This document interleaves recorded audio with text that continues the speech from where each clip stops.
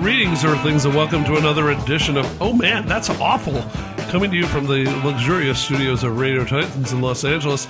As always, I'm one of your hosts, Carl Kozlowski, and with me is Kevin Corcoran. And with us today is a very esteemed guest. He's one of the finest storytellers, and I don't mean that just in his looks, but in his abilities. One of the finest storytellers in the American scene, perhaps the world scene, because he is a world-traveling performer. He has 5 CDs available at such fine places as Reverie.com, NextUpComedy.com, RooftopComedy.com, and he is also has numerous video specials that you can find as well at sites such as that, and I'm sure if I forgot one, you can tell us. And today we're going to be discussing primarily the topic of addiction, sobriety, recovery, all that stuff, but hopefully in a funny and awful way. Ladies and gentlemen, Mr. Dylan Brody. I will be playing the part of Dylan Brody for the remainder of this podcast. Yes. Just to be very clear, just because I hate to mispromote myself, CD is available at Amazon.com from Stand Up Records, and then the specials are available from Reverie.com, that's REVRY, NextUpComedy.com, and RooftopComedy.com, all different specials, plus an overlong album, digital release only through RooftopComedy.com called Dylan Goes Electric. Oh, okay. And you have your older specials. I mean, those are the ones you're referring to. Like Rooftop Comedy is the oldest one I've got. There's one earlier that came out on a now defunct website called anti.com. Oh, okay. I have not yet found a way to re-release it. It was called The Weird Schmuck Transformations of a Moron. It was the very first one I did in 99. But that's not available currently. And you were saying Reverie, I think you left out an E on one of them. R-E-V-E-R-Y, is that? No, R-E-V-R-Y. Oh, okay. It's R-E-V-R-Y. Reverie.com. It is catering to the LGBTQIA community, and I was honored to be considered enough of an ally with this special to be put up there. What is the I now? I don't know. I didn't realize there was extra letters. LGBTQIA. Questioning... intersexual and androgynous, I believe. Wow. Androgynous or asexual, maybe. Maybe awesome. asexual? I don't know. Thank you. That's awful. Dr. Dave. But that was not, does not say A for awful, but Dave's little awesome. I try to stay up with the latest acronyms, even if I don't know what they stand for, because I'm sure there is somebody who fought very hard for inclusion. Sure. And I consider it appropriate to include all who wish to be included. That's nice. Thank you. And we always, on the show, I should have spelled out that the reason we have a bell here is that, and you can call out for us to hit the bell if you feel that something is awful, but Kevin and I will chime in whenever something that we deem awful is said, and we give $1 to a charity for every time, for the amount of rings. We just taped an episode in which we're going to wind up giving, I think it was a total of $22 to just for the record, St. Vincent's de Paul's charity of Los Angeles. And then what would you like to perhaps any LGBTQIA friendly charity? Let's try to hone in on just the I's and the A's. I will say if he were still alive, Steve Allen would be now writing an angry letter saying that the ringing of the bell is his idea. He invented it. Oh, gosh. He did it on the Steve Allen show in 1950-something. Well, then we're paying an homage? Yeah, exactly. Because otherwise that would be awful if I stole it. We'll donate some money to the Allen estate. There you go. I think that's fair. Yeah, I'm sure he really needs it, yeah. And can I also add Especially that on our last episode, I think you went bell heavy because it was for a Catholic charity. I don't want to throw accusations around. Wow. I think you were overbelling. I don't actually believe you're going to donate anything. I think this is like a Donald Trump charity donation where you say it publicly and then you don't send any money. I have never been more outraged. Ever. You look outraged. Move along. Yeah. So we're here talking today about the issue of like sobriety and addiction and recovery and all this. And so I guess if you don't mind, tell us about your childhood or something. Let's begin with your mother. What was your issue, and how did you realize you had a problem? Well, I didn't realize I had a problem until after I had quit. I smoked pot one time from 1978 until about 1997. But it was a really long drag. It was non-stop. I was stoned that entire time. Okay, got it. I started in earnest my freshman year of high school. I quit for 1 year, junior year of high school into college. I didn't do a senior year of high school because I forgot I was stoned. No, that's the best way. I bailed out of high school a year early because I got into college, and there was 1 year that I didn't smoke pot, and then I started up again in college, and then it was nonstop until the late 90s. Wow. I guess 98 was when I quit. That's when I quit drinking. So yeah, congratulations. Thank you.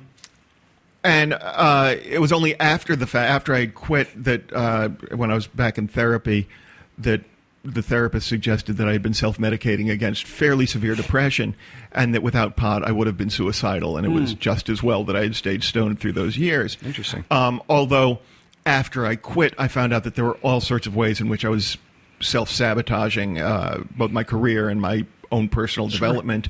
That was all tied into the constant pot smoking and the stonedness. Part of the difficulty with any dependence, any drug dependence, is that one tends to stop maturing at the point at which one becomes dependent. And so I was holding on to 14-year-old's ideas of what I was supposed to be, how I was supposed to behave, and a 14-year-old's emotional life. And I didn't really grow out of that until I was in my late 30s, early 40s. Wow. I'm going through something similar, but I want to hear more. Yeah, go ahead.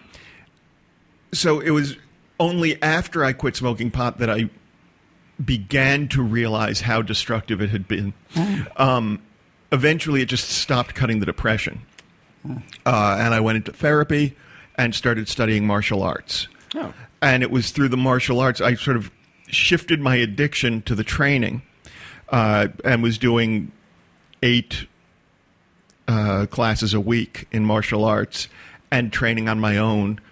Sort of any time I started to feel a craving, and I quit doing stand-up at that point because I didn't know who I was. I had always been this angry left-leaning stoner during a time that comedy was very conservative.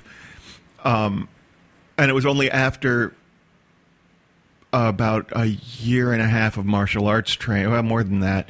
I was on my way to my black belt when I went back to the prep school from which I had neglected to graduate as an artist in residence.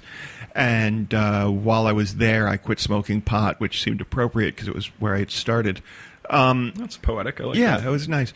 I've recently found out, about 8 years ago or so, I found out that if I smoked pot with standing up, took a full hit, I would have a vagovasal reaction and faint, which is not good for your career. Or your skull. Or your, well, yeah.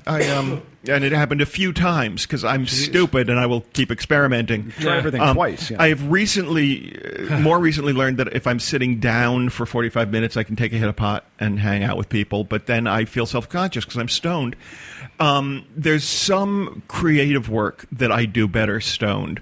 And if I go out on my patio alone and take a hit of pot and don't hold it in, which is apparently part of what triggers the vagovasal reaction. If I just do it as if I'm smoking a cigarette, I can have a little bit of pot in my system and do some punch-up work and not be constantly craving it and wanting to go back. It doesn't affect me the way I'm told heroin addicts are affected by heroin. That one hit causes me back to be searching out another ounce for. I'm sure alcohol to some people as well. One glass of wine with dinner and you're off the wagon. Although I genuinely think that to a large degree, we tell ourselves culturally stories about how addiction works, and then we believe them individually and are unable to believe that it may be more complex and nuanced than we're comfortable with. Yeah. So for you, in your experience, you're not worried about falling off that wagon, relapsing? I'm a little worried about it occasionally, but my experience thus far suggests that that's not an issue.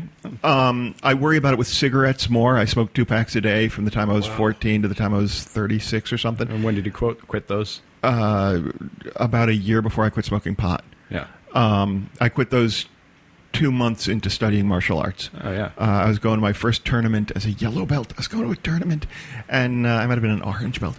Ambitious. 4 months in. Well, you only find other orange belts at that level, and I was an adult, so it was only adult orange belts, but I remember coming home from class and saying to my wife, I'm going to go to a tournament and I don't want to quit smoking, but I don't want to get my ass kicked. Yeah. And the following day, I quit smoking cigarettes. How was that? More difficult to quit smoking cigarettes than to quit smoking pot. I've gone through those withdrawals. It's brutal. Yeah. Yeah. But only for 2 weeks. Yeah. Like, it was 2 weeks of every 20 minutes I had to make a conscious decision not to do a thing, which seems so counterintuitive that it would be difficult to choose not to do a thing. Right. But then after the 2 weeks, then it was, every couple of hours I had to make the decision. And then after a month, it was every day or two I had to make a decision. And now every month or two I have to make the decision. And I still love the way it smells, so I hang out near people when they're smoking. So then when you're saying that using it so much affected your creativity, but then other times you feel like it fuels it. It always fueled my creativity. Oh, okay. When I was, I have a closet full of screenplays and pilots and spec scripts that I wrote when I was stoned. It never made me apathetic about my work. I was always writing jokes. I was always performing. I was fine with all of that. But again, let's go back to the inability to mature as a human being. Yeah. I wrote my first novel when I finished. I started it when I was 14. I finished it when I was 17. It's part of how I got into college without a senior year of high school. In lieu of one of the essays, I sent in a 380-page novel. And just for your listeners, in lieu of is the correct word there. It means instead of. If you have been using it interchangeably with in light of, people like me have been judging you harshly. Savages. Barbarians. Yeah. So Philistines. I had written this novel. My dad was a novelist, is now a playwright, but at the time he was a novelist still. And I had this novel, and I sent it to my dad to read. And he read it and said, "There's some good work here, Dylan, but I wouldn't show this to anyone. It's the kind of thing that could ruin a career." Wow. Now, as an adult looking back, I am aware that that's absurd, that had to do with his thoughts about his career and his fears about his career. And there was nobody in 1981 in the publishing industry in New York who would read a 380-page novel, adventure fantasy novel from a 17-year-old with characters and story arc and conflict and dialogue and all the things you need in a novel and say there are spelling errors and grammatical mistakes. I will never look at anything this person does again. That doesn't happen, but my father said it, and I believed it at the time, so I didn't submit it anywhere, except to get into college. That belief was so strong in me that over the years, as I wrote stuff, if I showed it to one person and it was rejected, I put it on a shelf and never showed it to anyone else because it could ruin a career.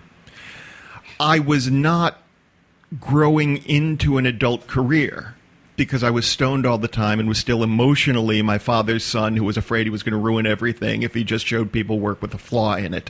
What's worse, at that time, it would have reflected badly on my father. Right. So there's all of that going on, and I wasn't evolving past it. Now, to some degree, I think all addiction,